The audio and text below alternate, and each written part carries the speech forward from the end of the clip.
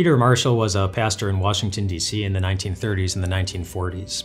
There was a time when his wife, Catherine, came down with tuberculosis, and she was bedridden for 18 months.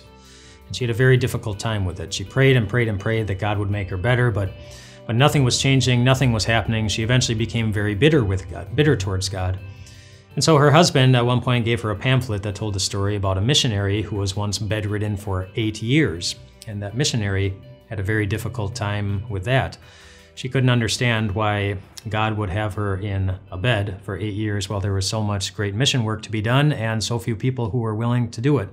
She frequently asked God, why, as she continued to pray that God would make her better. And she kept praying, even though she struggled with this. She kept praying that God would make her better for 8 years until finally she figured, I don't think that prayer is working. So one day, maybe just kind of out of desperation, she decided to pray something different. She said, Dear God, you win. If I am to be bedridden for the rest of my life, your will be done. But God, I want you more than I want my health. And within 2 weeks, she was out of bed, and she was completely well. And hearing that story made Catherine, Peter Marshall's wife, realize that she had loved the feeling of being healthy more than she loved God. It's not wrong to love the feeling of being healthy, just like it's not wrong to never want your heart to be broken, just like it's not wrong to want your loved ones next to you in heaven. You can love those things passionately, as long as we remember to love God a little bit more. And why?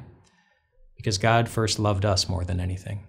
And we see that most clearly in Jesus' own times of heartbreak and suffering. In the Garden of Gethsemane, the night before Jesus died, knowing full well the relationships he was going to lose, knowing full well the pain that was coming, this is what he said to his disciples.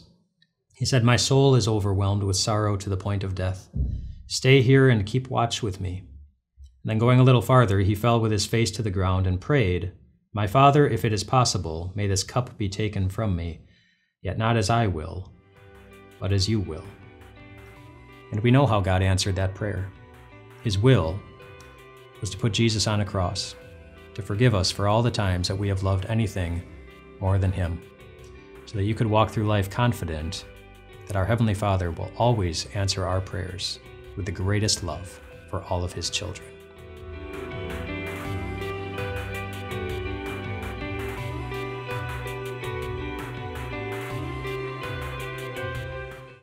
Hey friends, thanks for watching the videos. If you'd like to watch more, just click here to subscribe. You'll get these on a regular basis, and God's going to fill you with some awesome things every time you watch these. We'll see you later.